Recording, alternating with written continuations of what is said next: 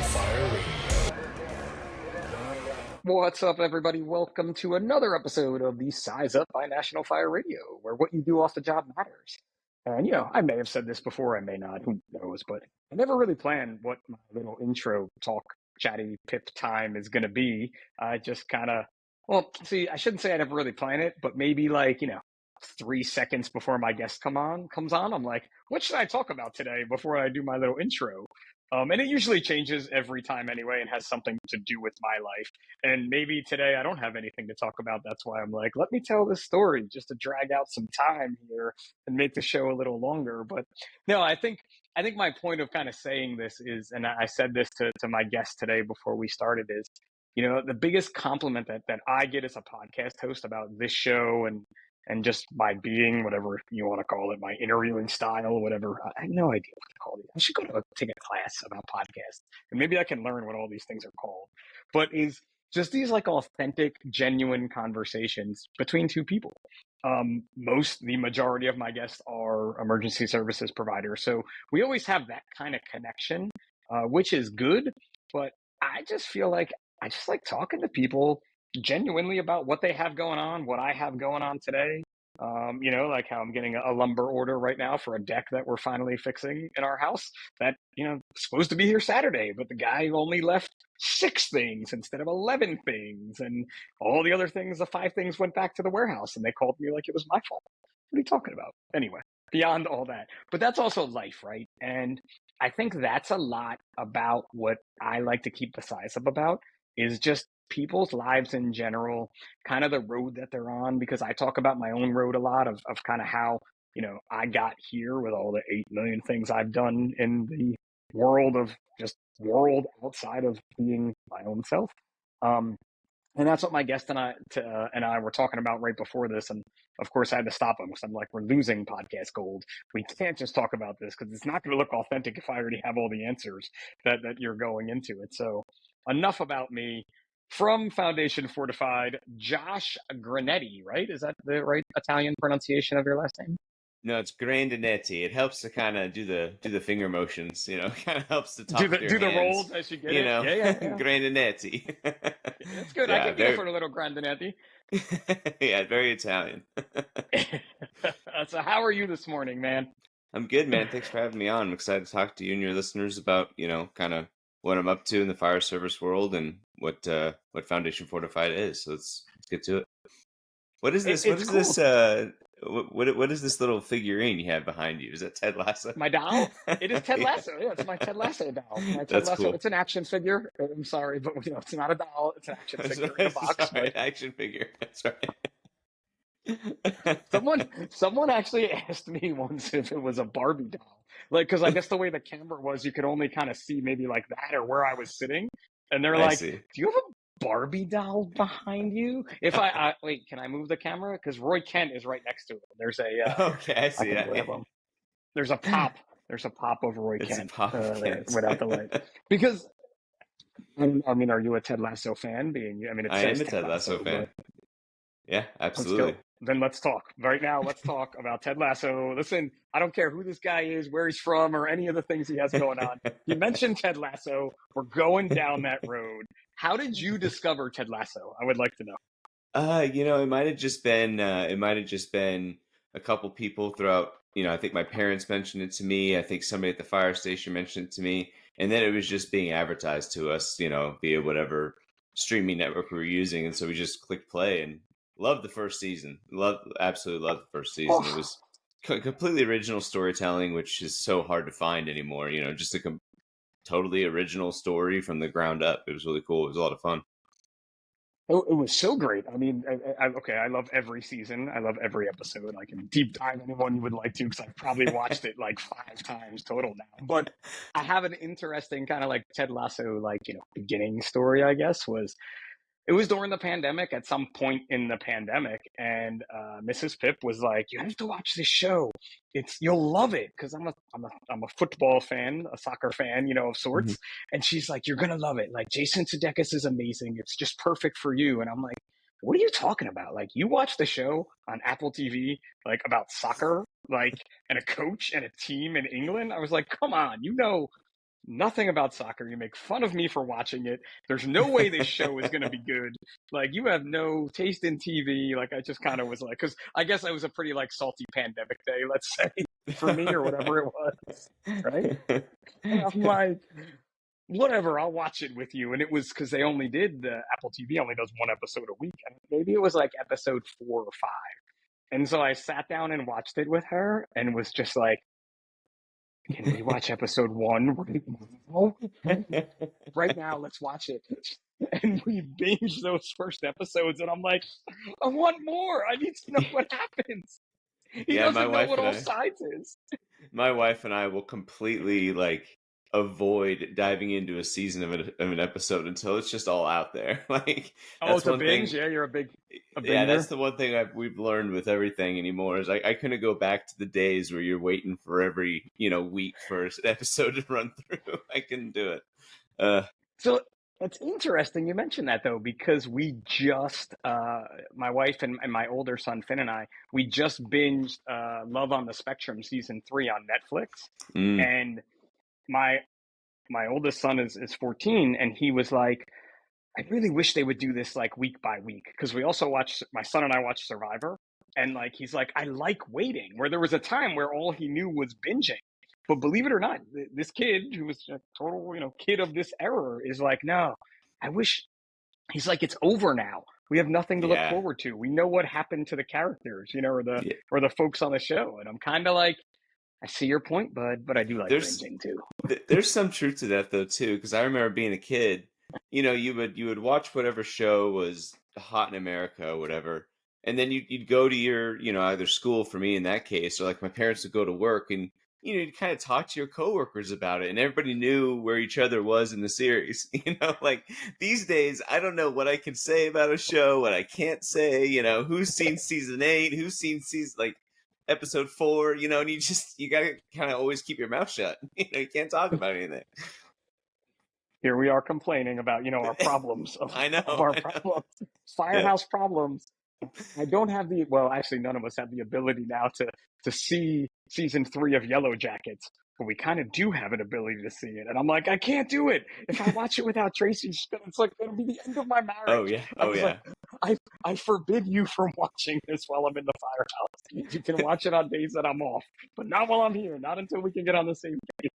Yeah. Have you ever done the thing where you had to pretend like you didn't watch a movie with the guys at the station because, like, your wife wanted to see it, but somebody put I it on, don't. and you kind of it's like, No, I don't. let's avoid that movie, babe. No, I don't know what you're talking about. No, I've never done that. My wife's listened to this podcast. Thanks, buddy. We don't do that at work. Ever. Like, you ever hear Oh the man. firefighter lore of like, oh, don't let your wife know you had a quiet night because it'll be a bad day the next day. And I'm like, they all know the truth about that. Maybe you can get away with that. I didn't watch that show thing though. Like, we didn't watch Survivor last night. I have no idea who's going to keep voting Oh off. man. That's funny. These are our problems that we have in life these days that are I like, oh know. my gosh. But those are the problems that like we can sit here and laugh about. And I feel like a show like Ted Lasso too, to kind of circle back as you're supposed to do in a podcast, right? Ted Lasso gave you those like laughable, jokeable problems and situations, but they also focused on so many bigger socio-economical, whatever big type of psychology words you want to use, issues that just made it such a great show to tune into every week.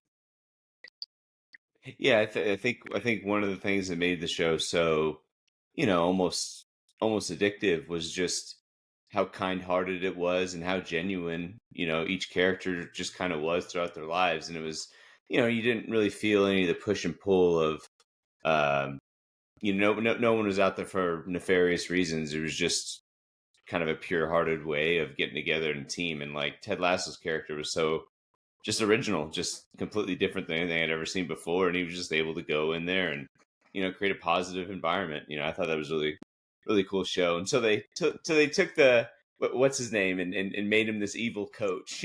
That broke me, man. It broke Oh, me. when he became led. Led Tasso, Ted, when he was the alternate episode coach, and they Yeah, had no yeah, clue what was happening there. Yeah, that was a great yeah. one. That was, again, every now and again he's got to come out, right? Every now and Yeah, again it's true. that guy's got to come out. Like, that's a whole another story in life. Like every day, sometimes you have to be the bad boss at the firehouse, right? Like you can't always be everyone's friend.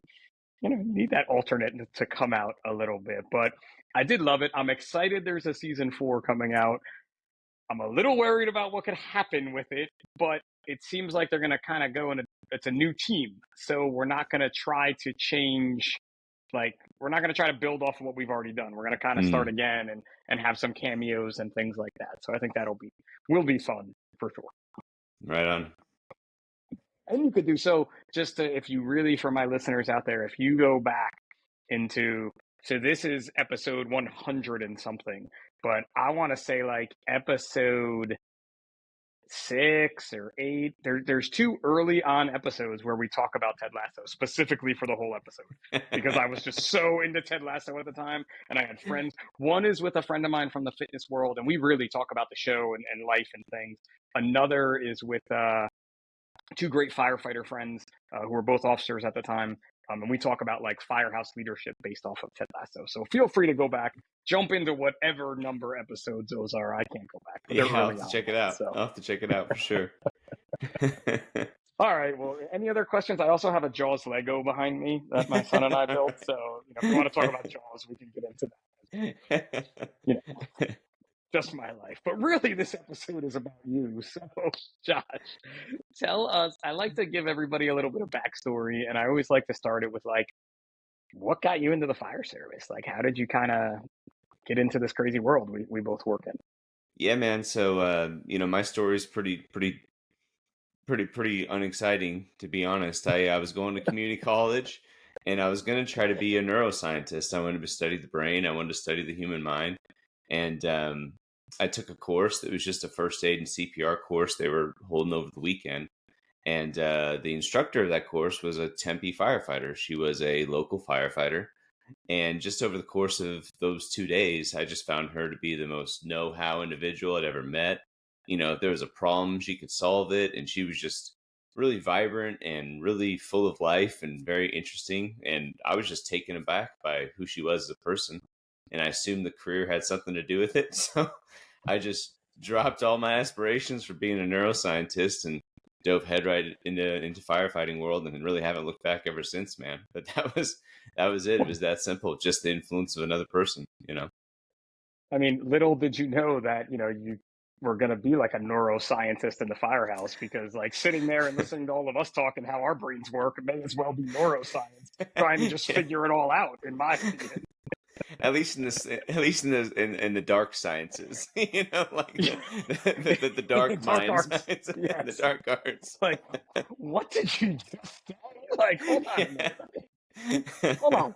Let me write this down. There's other guys writing down, like, went to a fire today, first due. You're like, this dude just said that he. So yeah, that was let's see, that was probably 14. I don't know, it was longer than that. It was about 15, 16 years ago. And I've been a firefighter ever since, about 14 years. And you were asking me off air, November of 23, out in Thanksgiving, Thanksgiving football with the guys at the station. I snapped my knee being an idiot out there, trying to do something awesome against the new guy. And I spent all of 2024, trying to learn how to rewalk again and getting several surgeries. So it's basically led to kind of me having to walk away from being an active fire captain like I have been for the last 6 years. And so I've sought medical retirement, and now I'm going to be going into a different fire department, working for their civilian side on paramedic on an ambulance. But my knee just doesn't have the ability I it mean, used not to bad. have in order to.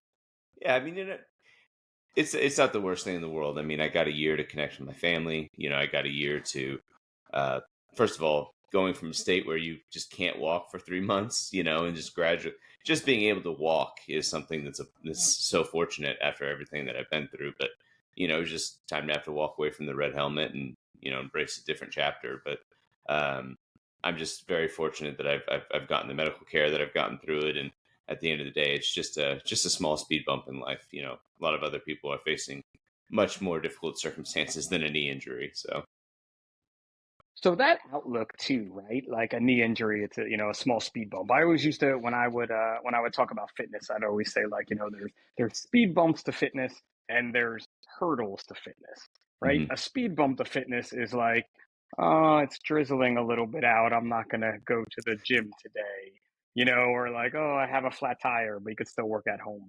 Where like a hurdle to fitness is something like a serious injury that you can't get there or mhm, some type of a medical problem or something that's way more serious to that.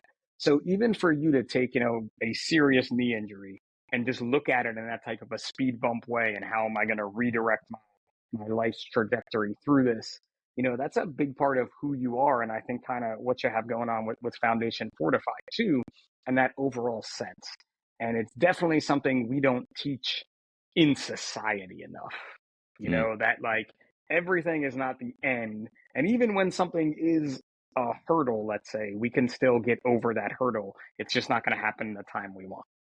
Absolutely. Yeah. Well, and I think whether or not you see something as just a speed bump or a hurdle is very much about the mindset that you bring to it. Believe you me, on November 24th of 2023, this was anything but a speed bump. I could tell my life that I knew it was coming to an end. At least that's what it felt like. For the first 2 or 3 months of my knee injury, we all have these identities that we live with. I was an active father with my two sons, and I was a fire captain. My father and I owned a carpet cleaning business, and I was very big lifter. I go to the gym 4 or 5 days a week. And once my knee injury occurred, I could just feel these identities kind of being taken away from me. And the information I was getting from the surgeons was, yeah, I don't know how many of these identities I'm going to get back after this knee injury. So for a long Yep. time, I was very didn't have the strongest mindset about my knee injury. I was very angry with everything. I was angry with myself. Wasn't showing myself a lot of compassion. I was blaming myself for everything that had gone on, and kind of tormenting my entire situation. And I've been there. It certainly didn't come. It wasn't small day one, and just slowly over time, I was able to kind of get my head out of my own ass and figure out that there's more to life than just my right knee. I can't live my entire life focused on the fact that my right knee is no longer as healthy as it used to be. So just like anything, I think any of us can make a mountain out of a molehill, and a molehill out of a mountain. Just depends on the mindset you bring to it. So Yeah, and you said it really well there too, because in that whole process, like this wasn't just like, oh, my knee is snapped on November 23rd and on November 28th, hey man, I'm gonna do great with all of this and I'm gonna move forward and all these things are gonna happen. Right? That's that cycle of like we want it all quick, like we want to binge those shows, right? yeah, Like that's type of right. a That's that right. that cycle that we're into, right? Where it's like we can do this now, but it's not, and it's not what life is all about. And I feel like the more we tell stories like yours and I get to meet people like you and we get to talk about these things, the more people listening are like, yeah, I have to do this every day is a battle. Every day is a struggle. Like my stupid wood order that wasn't where it was supposed to be. Like, right? It's not the end of the world, but we have to figure out the new way to go about it. And I'm not gonna lie, man, and I don't know if I really want to say this one out loud. Like, just over 21 years in the job without any serious medical injuries. I've had some things go down, but like that has been a fear of mine since day one. Getting hired, I knew I was getting hired in December, and I have not snowboarded since the winter before I got hired because I just had that fear that, like, kind of like your football story, like, I would do something stupid and that would jeopardize this thing that I wanted so bad. And I don't blame anybody. It's a firefighter, a skis, snowboard, does whatever, plays hockey, whatever you want to do. I never did it again. And I Yep. kind of regret it a little bit, but it was just that thing that was stuck in my head. Like snowboarding was going to make me stop doing this. So in 4 years, I'm going back to snowboarding. Only you'll be doing a little bit differently than you did back in your 20s when, Oh, when you walked away from 100%. I will feel so much differently than I did in my 20s after that first day. I'll be like, this was the worst idea I've ever had in my Yeah, you life. won't snowboard for 4 days. You'll snowboard for a day, and then you'll lounge around the cabin for 3 days. Yeah, that'll be it. That'll be my whole vacation. Like, let me find the hot tub. Where's the hot tub? This is great. I did it. I did it, guys. Look uh, what I did. I snowboarded. but it's attitudes like this too, and we're definitely going to get into your story a little bit too with all that, but when you talked about the female firefighter who taught your first aid class, right, and the impact she had on you just from the way she spoke about the job and the way that you kind of said she had like a can-do attitude, can fix anything, and you only spent that short amount of time with her. But I like to tell people that, like, no matter what, when you become a firefighter, paramedic, anyone in emergency services, and you tell people that, you are now representing our entire job, our entire career. And listen, it's not perfect. We all complain about things, and there's always going to be things that aren't the way you want them to be. But that generalized, like, positive attitude to have, especially if you're teaching a class of not firefighters, leaving that impact on you to go out and be like, yes, I'm changing the trajectory of my life. That's like, I wish I could say, I mean, I don't want to say I've done that for a few people, but I've definitely helped a few people get towards the job that weren't going that way. But that feeling alone, and is that something I think that stuck with you enough to, A, tell me about it today, but to kind of move the ball forward on what you have going on as well? Yeah, I think I think what drives a lot of first responders and a lot of people is just the want to be useful. So many of it's easy to run around your life and achieve only the things that you want to gratify your own interests, right? I mean, so many people are up to that. In fact, in most of our moods, in the privacy of our own minds, that's what we're doing all the time, is trying to, seek as much pleasure as we can and avoid as much pain as we can. But I think one thing that defines a first responder is just wanting to be useful to others. We always hear the patented, phrase, I want to help other people. That's why I want to be a firefighter. Okay, well, a better way of saying that is just wanting to be useful, wanting to be part of something more important than our own needs and our own gratifications. And that's one small way that makes public service such a fulfilling career over a long time, if not a difficult one, right? Obviously, we work for that fulfillment that we attain being a public service member, whether you're a firefighter, police officer, paramedic, dispatcher, right?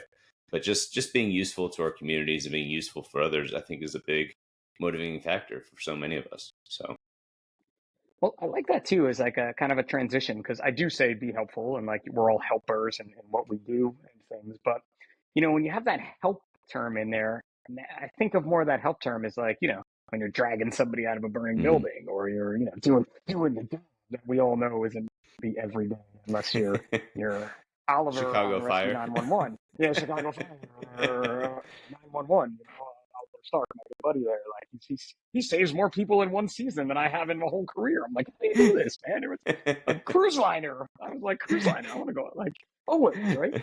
But what we really are, though, is we are useful to all these people. Whether we're turning their smoke detector off, whether we're just even replacing the battery because, the poor elderly person can't climb on the ladder to do it and they don't know what to do. So they call us. What do? We go. We send a whole fire engine there and we get our little step ladder out. And sometimes we even fix other problems like when we're there.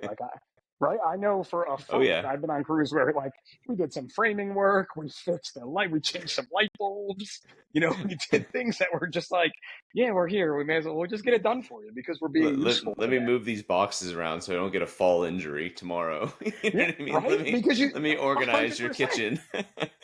Yeah, like let's not keep this towel right next to the burner. Like I, Yeah. I see what happens here, but you really don't want to do that. Or this plastic spoon does not go on the stove. Like I Exactly. remember we went on a run of calls where it was like you would walk in and you're like they burnt the ladle handle, and you would walk over and be like, here it is, right here, and they're like, how didn't I see that? I was smelling something burning. How didn't I see that? My ladle handle had started like this is now bending down and melting. Like, well, because that's what they pay me to do, I guess. But you're being useful. And I just love that terminology. And I have to get that into my vernacular a little bit more of usefulness. So you're already like foundation fortifying me in this whole talk that I didn't even know was happening. So I've said it a couple times. Let's just get right into like what is Foundation Fortified? How did you kind of come about it? And give me that story. So long and the short of it is, I remember early on in my training, I was taught, some healthy coping mechanisms to seek out for the stress we might face on the job, and those were, physical fitness, stretching, hiking, and always toward the bottom there was meditation, and it just kind of existed there, but there was no resources as to how to go about doing that or where to go. But we were always told to avoid the negative ones, and long and the short of it is about halfway through my career, I started to develop a little bit of anxiety. Nothing that was going to make me rush off to a therapist to try to get my life back in order. My life was anything but out of order, but I felt internally much more panicked than I used to be. If I would hear my kid fall outside, instead of just assuming they fell, I would have devastating imagery come up in my head, and I'd expect the absolute worst to just happen to my kid. So I'd jump out of the couch and I'd rush outside and peer open the door just to see that my kid's dusting himself off and giggling. But I thought he just had a massive injury in my head, and not only that, but then I would discharge that anxiety onto my kids. Why would you scream so loud if you just barely fell down? You have any idea what I was thinking in my head? And I would kind of plague my own kids with my anxiety just because of the things I'd seen on the job. So I went back to that list, and I'd already been doing so many of the things on that list, but one of the things I'd never tried was meditation and mindfulness. Well, I didn't know where to go. Where does anybody go to start meditating, to understand what that is? So I found myself in different living rooms, throughout the city, and with people who were just selling, computers or cars a couple hours before. Or I'd go to different synagogues and have to do chants and listen to strange music and things that I just didn't agree with. But I just believed there was a baby in the bathwater here. So I kept at it and kind of began to feel some tools of mindfulness start to develop in myself. And after my injury, decided that I wanted to create a mindfulness platform built completely for first responders, so they had somewhere to go, discover the practice, discover what it could do for themselves in their regular personal life and their professional life. So that's what Foundation Fortified is. It's a mindfulness platform that I built for first responders. And I just try to introduce the practice and kind of give everybody an understanding of what it's there to do, what it can do for you, and what you're trying to accomplish when you sit down and develop a mindfulness practice. So And your description is 100% on par, because if you ask me about meditation and mindfulness, I'm still like, I'm not really sure, because people say weird things and there's weird yeah. music and I don't know what is going on around me. And I'm really afraid to close my eyes because I'm in some stranger's living room. I've seen TV shows and like, I'm not a large man. So it's just not, like it's not good for me if I'm in this whole situation. It's making me not calm right now. Like it's making me not calm. But I do understand the kind of purpose behind it all. And I kind of have found my own like mindfulness in what used to be called Ramwad, but is now pliability, where you're doing the stretching routines and then you always finish with what they call the rebound. And doing those stretches, and I tell people this when I talk about fitness, doing that stretch routine, I've really found to center me in a way that if I do it really well, and I'm able to turn my mind off, like the nice man says when he's talking to you about stretching, which is not an easy thing to do, I feel so much better. Right. Mhm. But it's not a specific mindfulness routine, which I feel like if I was able to get one more geared towards me and actually do the practice of it, I mean, I'm just playing with it in my basement is an easy way to put it. That would just help get the benefits that I know you talk about, correct? Yeah, absolutely. I mean, there's a lot of misconceptions about what meditation is and what mindfulness is, and in fact, what you, as the interested party who wants to gain some skills in mindfulness, what you have to commit to when you're starting a practice. Many of us think that we have to climb a mountain, find several sages, wear orange robes, shave our heads, and go meditate for hours on end, and that's just not true. What we know scientifically now is that a mindfulness practice where you sit down 5 to 10 minutes a day ish can really have massive benefits for some of these networks of mind that we're trying to tame and train during our mindfulness practice. It's no different than the gym. Just like I use references to the gym all the time. There's nothing that the real benefit of having a physical fitness routine is what you can do by taking it outside the gym and applying it to your normal life or your professional life as a firefighter, right? I mean, that's why we Yeah. go to the gym. And same thing with Well, mindfulness well, practice. wait, wait, wait. There's biceps too. Like, let's Whoa, not no. even like easy, easy, buddy. Like, let's not go too far. We can't lose all the listeners. We can't let you just say that. Like, there's biceps too. So, there's definitely folks, there's definitely definitely Don't turn important off to the making podcast sure because the it's gonna. shirts work. Okay. Yes, the gains are good. We need to get the gains no matter what.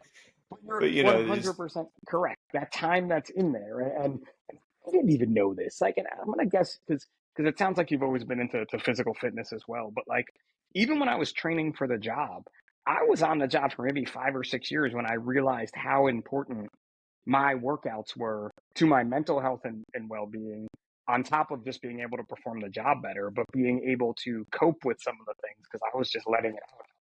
And I still ab- am to this day. I just had a workout where I lost a friend not too long ago mm, and found out some things and was working out with Tracy and the boys. And like, I got into it, man. I was going hard, like harder than I think my boys have ever seen me in the gym. And then obviously at the end, that's when it all released. But they were like hugging me because they knew, like, we didn't have to talk about it. They just knew mm, something was off. I went so hard and I let it all out, and I felt way better after that fact.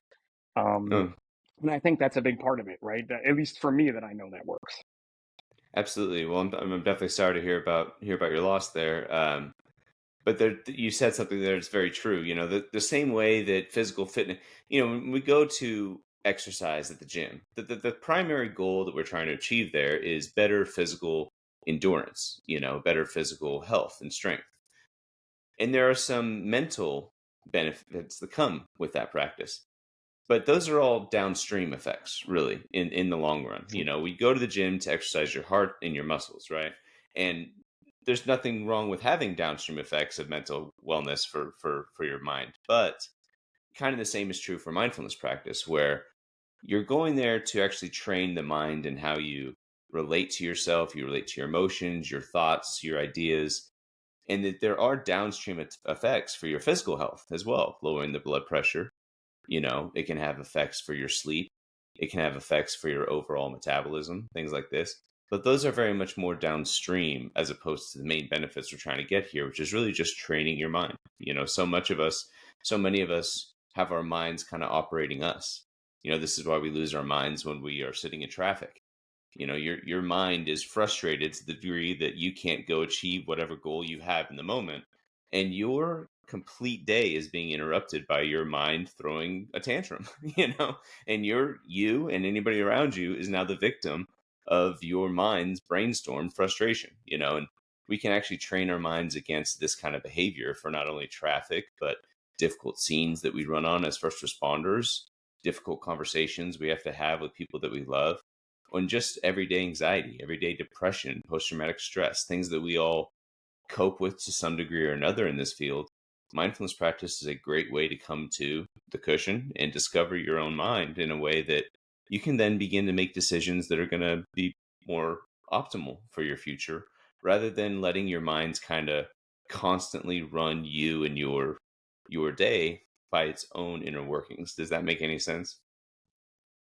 It does, and it's really scaring me because my mind is a really scary place to be in most times for various reasons that I don't even know what they are, right? And we're told, right? We are told in life that we're supposed to let our mind and our heart guide us. Easy way to Hmm. put probably a humongously scientific thing that I just talk down to firefighter terms, right? But you're taught that like your brain tells you what to do and you do it. And you don't even realize when you're wigging out in traffic that there's no reason to wig out in traffic. But your brain's telling you to do it, so it's okay in that type of a way. And it's so crazy you brought up that analogy because I have definitely in my life wigged out in New Jersey traffic and was a very typical New Jersey. I'm still a very typical New Jersey driver. Trust me, I can very easily show you every hand signal you would like to know and things like that, right? But when my older son was getting to that listening stage and I was realizing he was like modeling off of me, I was having to rewire my brain to not be that New Jersey driver because I'm like, I can't do this with him there. But it was really hard. But that also then, now that I look back on those little stupid experiences, it's the same as trying not to lose it at work. You know what Hmm. I mean? Like if someone's doing something you don't like, or the same with your kids, not overreact. And I think that's something that's really needs to be taught too is just don't overreact. Take that extra 2 seconds, take that beat, take a breath, and then talk. Or don't talk. Maybe it's better to not talk. Maybe take a few breaths before you talk.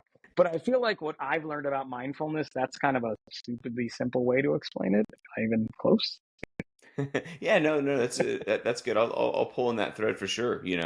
Oftentimes when we're kids, we hear things like, take 5 deep breaths before you react to what you're going to do, and that is good advice for a mind that is going to express itself. Okay, so in a young child, and even in a lot of adults, there's going to be something that happens that really frustrates you in the mind for however long, and taking 5 or 10 breaths will kind of give you some distance between that explosive, now endemic emotion that's coming through in your awareness. However, mindfulness practice can kind of help you avoid that, where Good. in mindfulness practice, there's no shortage of frustration or anger that might be coming to you during your practice. You're told to focus on the breath. You do so for a few breaths in a row, and then within 30 seconds, you're now rehashing this conversation you had with the engineer that just took your truck over, and he was giving you all the crap in the world for not having things the way he likes it. And you're gonna feel just as frustrated right now in your mindfulness practice, because you're trying to be mindful, you're trying to be calm, but here you are thinking about engineer Steve pissing you off in the morning. And you're gonna have the full-fledged emotional response that you would. Now, what we're doing in mindfulness practice is we're just noticing what those fireworks in the mind feel like. And we're just noticing what those fireworks in the body sensations feel like. And the advantage that this has for us over time is being able to detect these imperceptible changes within our mind and our bodies earlier, so that when Steve starts preheating us just because he's arriving to work, right? We can already begin to You already know. notice we can already It's begin to easier. notice these things happening within the mind and the body, and we can let go of them sooner and sooner and sooner. And then with every new arrival of frustration or depression or sadness or whatever it happens to be, we can more readily detect what's going on in the mind and body and let go of these things before they even have a chance to overcome us and need us to have to take those 5 or 10 second breaths. We can just let go of it much, much sooner before it even gets started. So that's one difference in which you can think about mindfulness practice versus just taking a deep breath.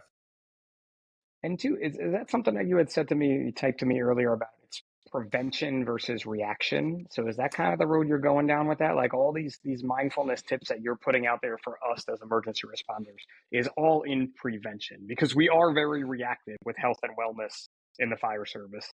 Um, Look, I have to be happy in my career of 30 years that we're even talking about health and wellness right now. So to me, like it's even crazier that we could be like, let's talk about it earlier, not just be reactive anymore. Like we've gone leaps and bounds from where we were, right? But Hmm. like what you Hmm. just said in a much better way, that prevention versus reaction, it's just like come into this physically fit, stay physically fit.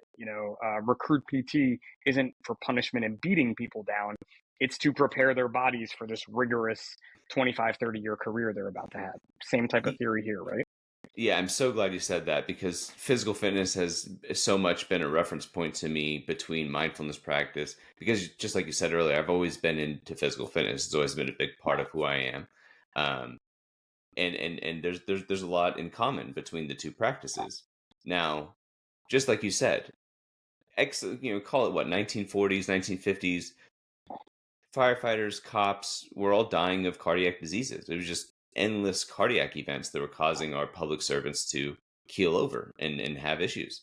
And so we adopted a physical fitness culture in a lot of ways. And just like you said, as soon as we hire you, we're going to introduce you to diet, we're going to introduce you to physical fitness, and we're going to introduce you to body concepts that you're going to need throughout your career for several reasons. One, you'll be able to do the job, and it's a lot less expensive than paying for your guys' heart attacks. At the end of the day, this Very is much a so. less it prevents these diseases that we don't want you to have, you're not going to want to have, and we don't want to pay for. So as many people as we can train early on to adopt a life of physical fitness, the better.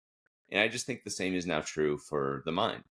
Given what we know about mindfulness and meditation, and given how simple of a solution it is, now it's a difficult practice, and a good meditation instructor will help guide you through that. However, it is a very simple practice. It's a very inexpensive practice, but it is also very proactive. If we take young men and women who want nothing more than to serve their communities for the next 25 years, and we begin to give them the tools to understand their own mind, we have no idea what some of these people have gone through already in their lives. I personally, at my fire station, I have men whose fathers ran out on them and they raised their families with just their mother. I have men who have had great childhood rearings and their parents are still together and they have great siblings. And I've had everything in between, right? Now, these people have some mental hurdles that they've been through already in their life. And if we can sit them down in their recruit training and give them the tools to understand their own mind and how it works and how it operates, this can help prevent mental illnesses from arising throughout their careers. However, if you are 10, 15 years into your career, noticing the perils of anxiety or depression or post traumatic stress, mindfulness can also help reverse a lot of these causes, just like a physical fitness routine. Just because you have a lot of markers of cardiac disease or diabetes doesn't mean you're plagued to get it. You can make changes today in your diet and your health to reverse all of that. And mindfulness has the same effect when it comes to mental health disease as well. So it does. It not only prevents mental health issues from arising, but can also reverse causes for people suffering these conditions already. So, And that's a big thing too that no one wants to talk about in any of this, right? Is that before you got on the job, what happened to you or how your mm, life was or whatever it was. And look, we all take a psychiatric exam. I just, it's crazy. I just told this story to the rookies not too. We were just talking about it like a week or two ago, and I was like, "What do you mean? My psych?" I like called my father crying because I thought it was crazy. I'm like, "What did I just sit through?" This guy had a dog, and the dog was I supposed to pet the dog? Was I not supposed to pet the dog? What was it? Pet the dog? No, don't pet the dog. Like, well, in my head, they had me so twisted. I don't even know if I was definitely like, well, I probably am a little crazy, but that's a different story for a different podcast, right? But you have all these folks, right? And they all have these different backgrounds. And then on day one, you're in the fire academy and it's like, these are your people. You're all going to get along and for this recruit class. And then we throw you into a firehouse with people from even different backgrounds. And we mhm. all have to get along without even thinking about understanding them. And you know that when you have someone that walks into any of these situations, they don't know what to expect. They don't know who to fit in with. They don't know if they're supposed to say, yeah, my dad walked out on me and my family and I raised my family. Or like, no, my parents are basically like Ward and June Cleaver. Or my parents look like Ward and June Cleaver, but they definitely don't act like them. There's guidance of that. And a lot of these things do come out over time. But to even kind of start someone with some tools in the beginning to say, like, this is okay, that's like groundbreaking to me to keep a good employee for all those years, and to help some of these things like when you see something happen, I know I've had people I've worked with who were victims of childhood abuse. And so if we were on an abuse call, they're definitely going to be triggered differently than someone else, and just that knowledge and that ability to communicate that is clutch these days. Well, I appreciate it. Yeah, but and there's nothing saying that there's nothing saying that mindfulness practice has to be forced into people from, every single moment of their careers. But if we just can adopt a simple understanding that, the mental health crisis, whether real, imagined, or somewhere in between those goalposts, driven by social media and driven by this hyper connected world and everything that's doing to us as people, there's nothing saying that mindfulness practice is going to solve that entire issue for all of us. We're all still going to have to cope with our daughters comparing themselves to people way too much online and our sons constantly run around being judged by their peers endlessly on the internet. This is all a big problem for all of us. We're all dealing with anxiety. We're all dealing with a lot of different exposure that previous human generations didn't have.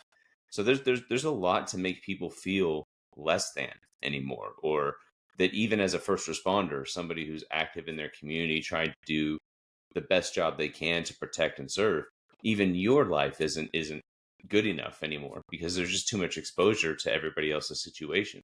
And mindfulness practice can help break you from the patterns of comparing yourselves to others in a way that we all feel so helpless to do all the time. We can break these narratives of the mind of who we are, what we should be doing, where we're going, all these narratives, this storytelling that we ruminate over and over and over again, comparing and contrasting our lives in different realities, almost as if you can not only go to that university and obtain that degree that you always wanted, but you could also have married your wife that you met at the other university and gotten, you know what I mean? Like if you choose one path over another, you have to accept that everything in your current path is would not have arisen in some level, but we don't understand within our own minds that we're constantly just time jumping. We're constantly going to the past and present, making comparisons for our lives in ways that derange us and derange the people around us because we can't find happiness here and now. And mindfulness practice can really help you find just a simple joy in the here and now. All that I heard in all of that was, Ted Lasso and Dr.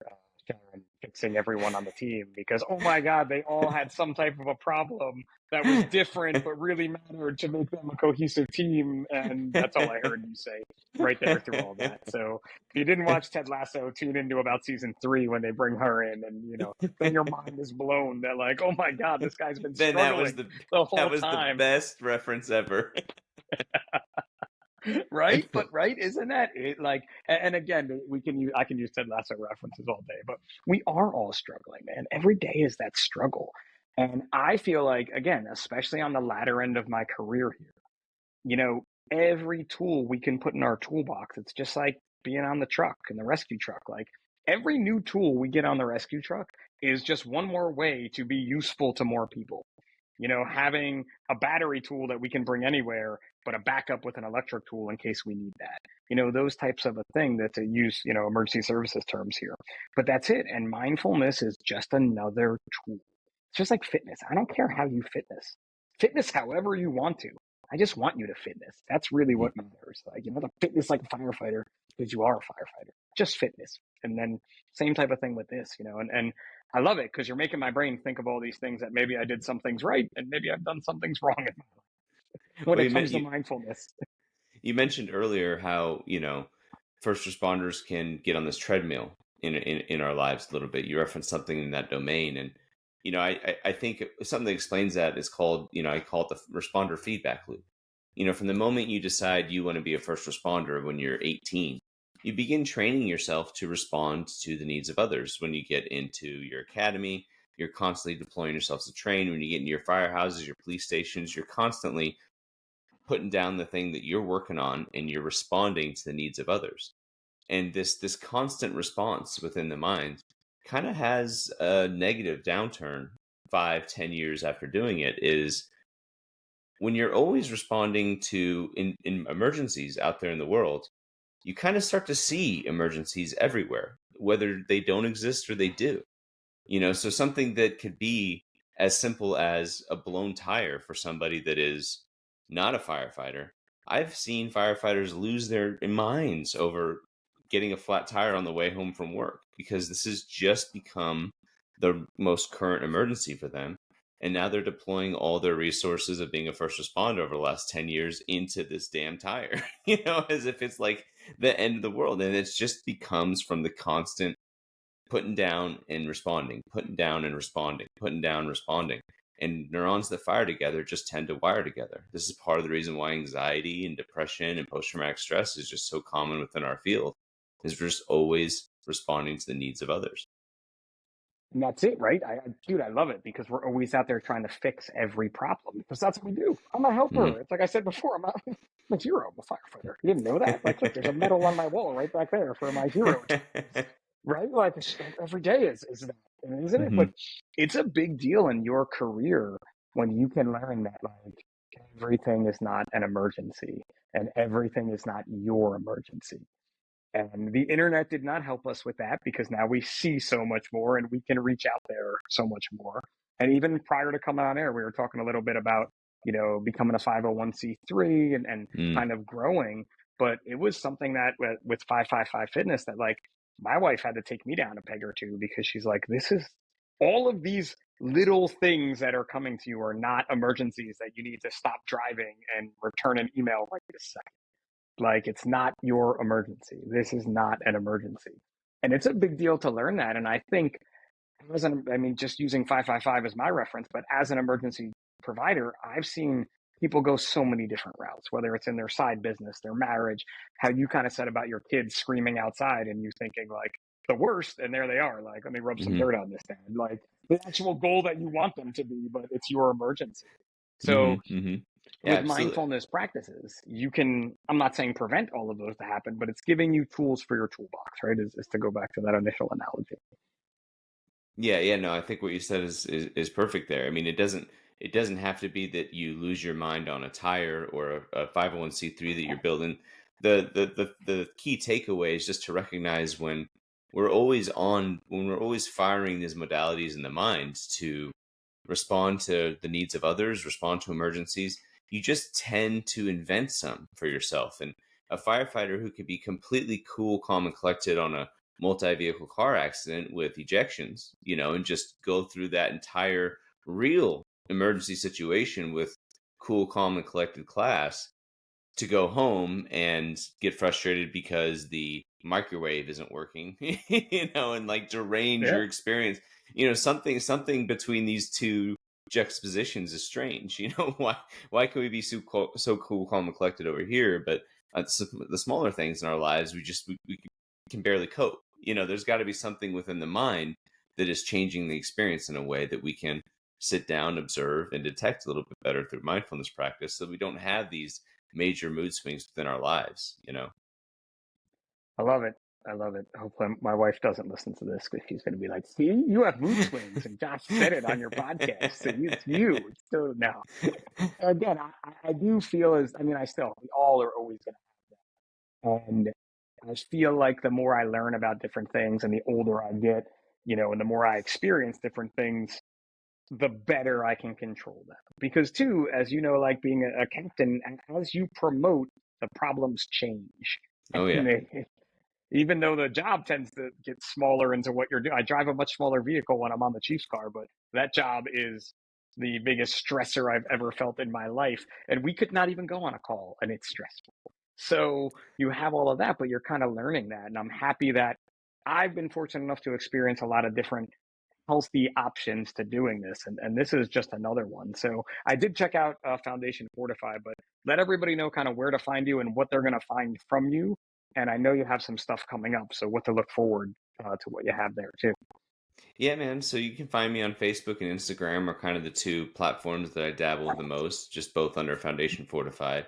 My website is foundationfortified.org, and I have two different accounts there. I have a free account that is my gift to all first responders. I want all first responders to, if they have curiosities about just the basics of what mindfulness and what meditation is, what you're trying to achieve during the practice, and what the goals are and what the promises are, you can go to the free side of that account, sign up with an email, and just begin those 16 to 20 meditations that I have there. I have two sections that are available for the free side. One's called Building the Habit, where we're just sitting down and building a little bit of a habit of coming down to the cushion every day for 8 to 10 days. And then the next section is just training attention, where we're just going to sit down and we're going to teach you just how poorly you can maintain your own attention on anything for more than 5 or 10 seconds. I mean, we all have the mind of a goldfish. If you pay close enough attention to it, you'll realize that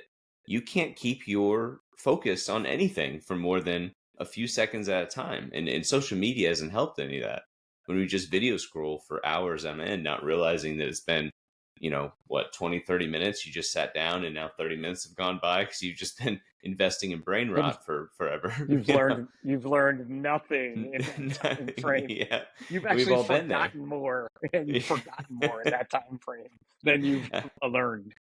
Absolutely, it's wild. It's wild, but this is what our minds look like when they're untrained and undisciplined. Is just the ability to lose focus on lots of different things with different stimulus. So that's what you can get the free side. On the subscriber side, for a whopping $25 per year. It's very inexpensive.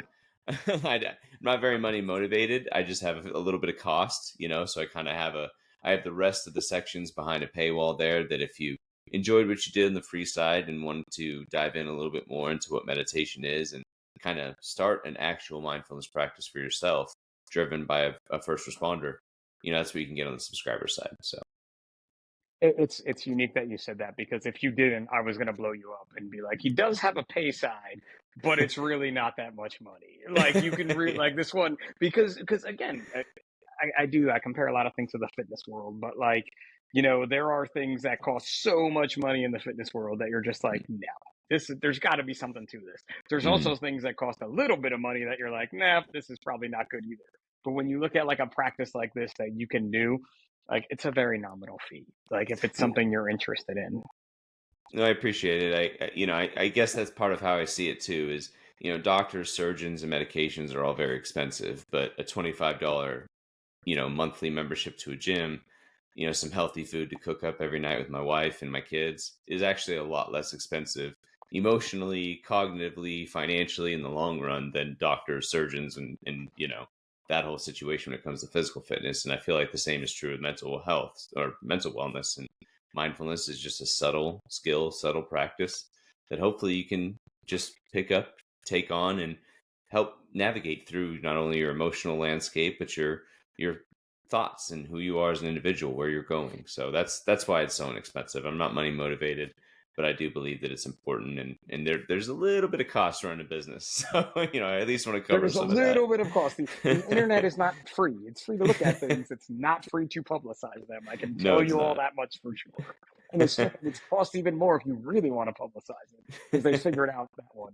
The internet was much cooler before they figured out that, like, holy It's cow, true. we should charge these folks a lot of money for this free thing that isn't really free to everyone. But and you threw in a little Ted Lasso reference there with "Be a Goldfish." So I'm just gonna That's right. I can't let that one slide. That Ted Be a Lasso said "Be a goldfish. Goldfish." Like, just saying, like, didn't think it was going to be a Ted Lasso episode, but you started it, But here we and are. here we are, man. Like, I could totally do a podcast on Ted Lasso. We got I've actually lassoed in, tried. you know. Oh, I see what you did there.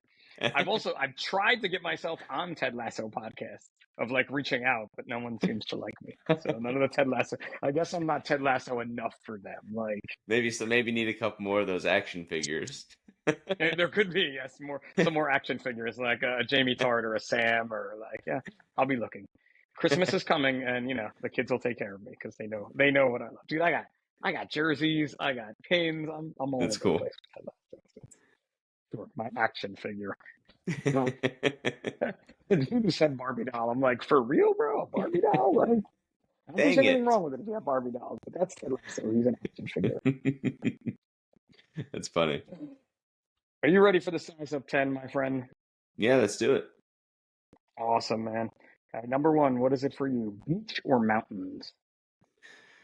I'm gonna go beach because my wife is big in the ocean, and I've lived in Arizona my entire life and been around mountains my entire life. So let's go to a beach. Nothing wrong with that.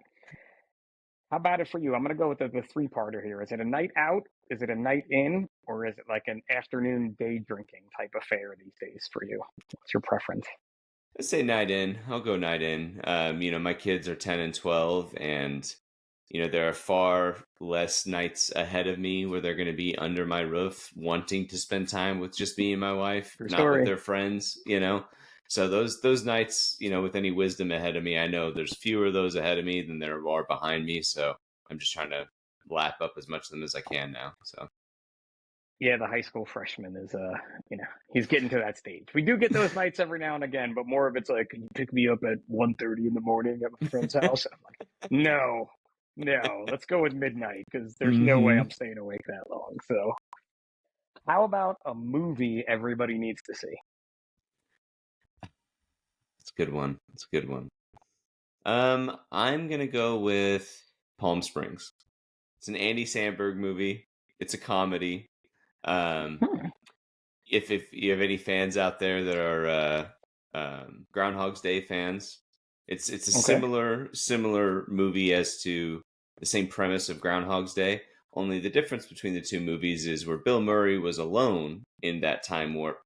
In Palm Springs with Andy Samberg, they actually they put another person in the time warp with him after he's been stuck in it by himself for a little while, and they kind of get to have a bunch of interplay as to what you would be doing with a person if you were stuck in a time warp for a long time, how you would spend that time together. So it's a good movie.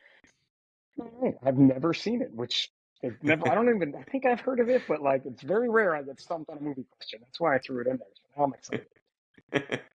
Strong work to you. I'm even wrote it down. All right, you're on a cross-country road trip. Who is your celebrity co-pilot going to be, living or dead?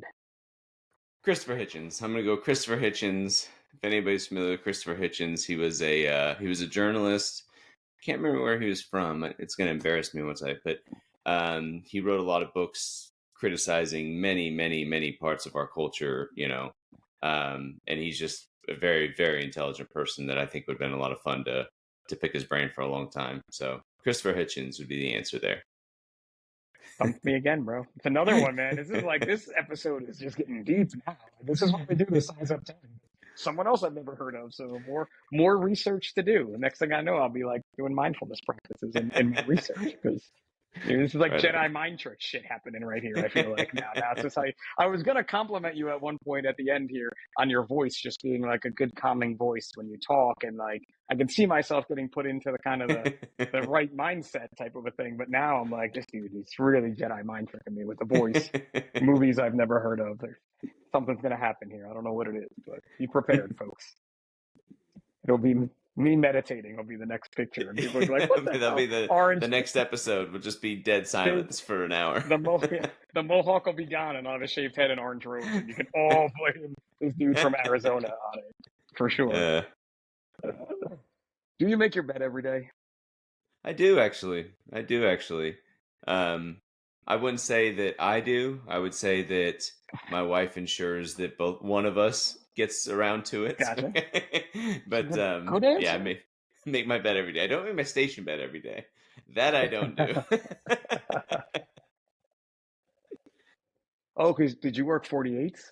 Yeah, we were 40 and 96. Yeah, Okay. that's Yeah, I yeah. guess Gotcha. I guess that would be the only shift Yeah, that yeah, it would, had wouldn't to it? be because we break down Mm-hmm. our bed. Well, so I used to work when I got hired. We worked 10s and 14s. Oh, So if okay. you were on the back-to-back nights, you would just leave your bed made for the next shift, There you go. type of a thing. So you would have to make it because it would be there all day with someone else, kind of sharing your room if they were in there or whatever. Mm. But yeah, usually you break it down. But if you're on a 48, I guess you do have to make it. No one's brought that up to me about making their own bed, like comparing their house to the 48-hour shift. So yet again, another one new. Well, I'm sure I'm never going to hear this, but how about a book everybody needs to read? I'm gonna go *Sapiens* by Yuval Noah Harari. Have you heard of Perfect. that What's book? that about? Never heard of that book. So what's that about? Like All right, man. people. I'm So going to go with people. It's about people. Yuval Noah Harari is a he's an Israeli world historian, and he wrote a book on early mankind's history pre-written language. So just kind of from our African savanna, primate cousins to kind of who we are as people now, with how the body developed, how our communications and our group thinking developed, our societies and the mind. And he just kind of goes through this long arc history of mankind. So I found it really illuminating.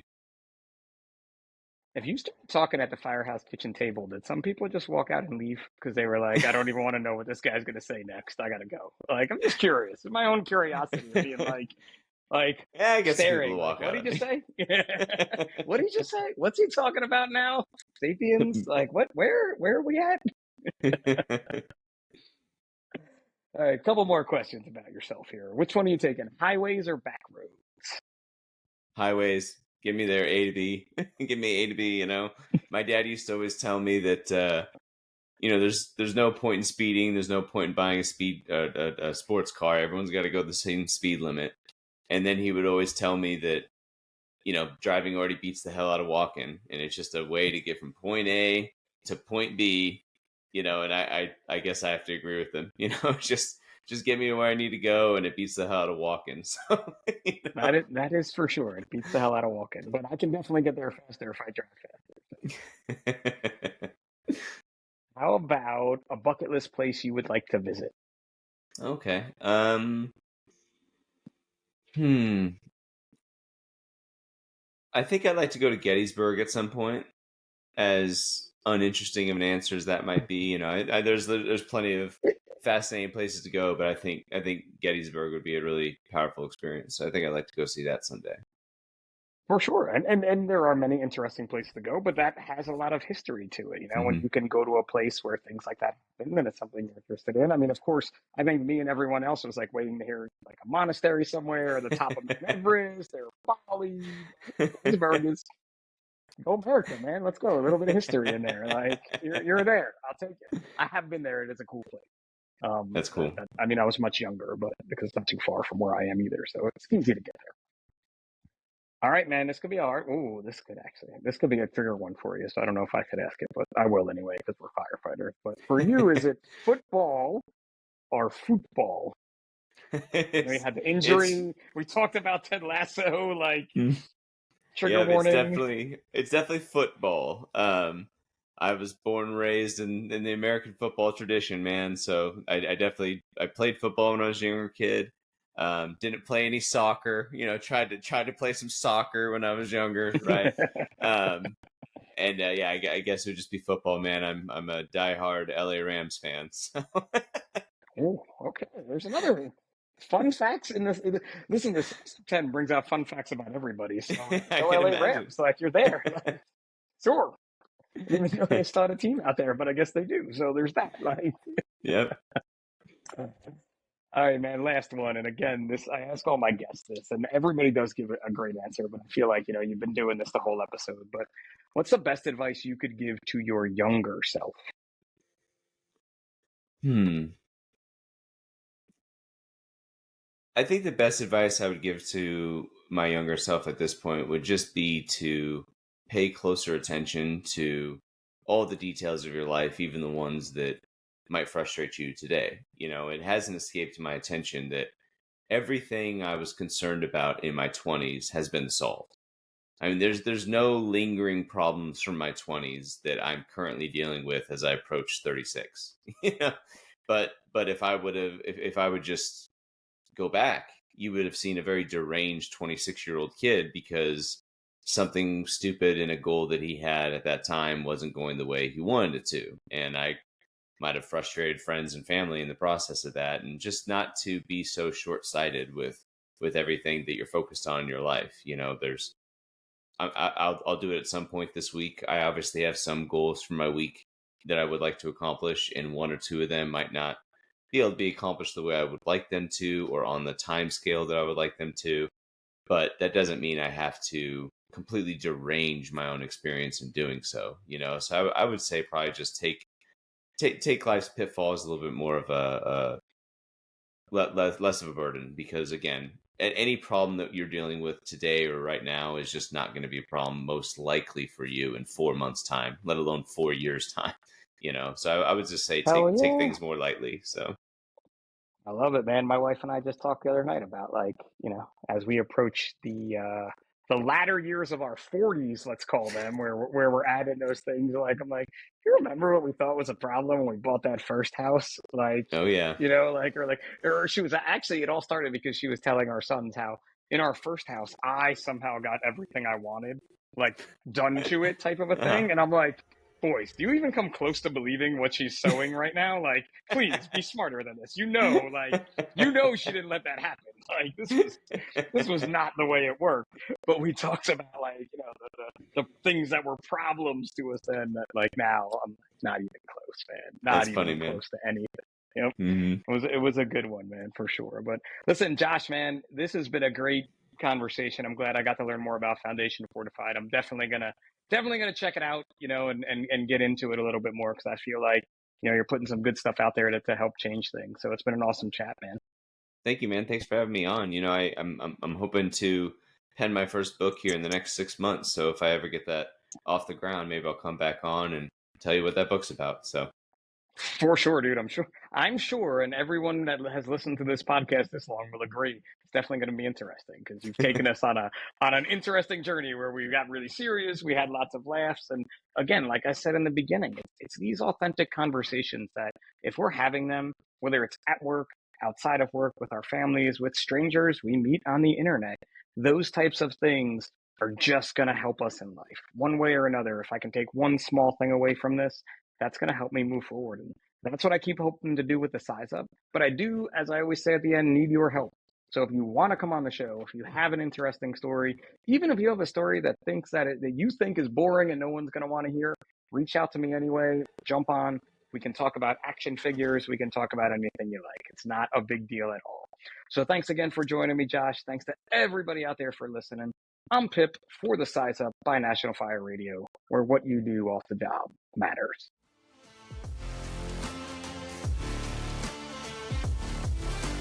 National Fire Radio.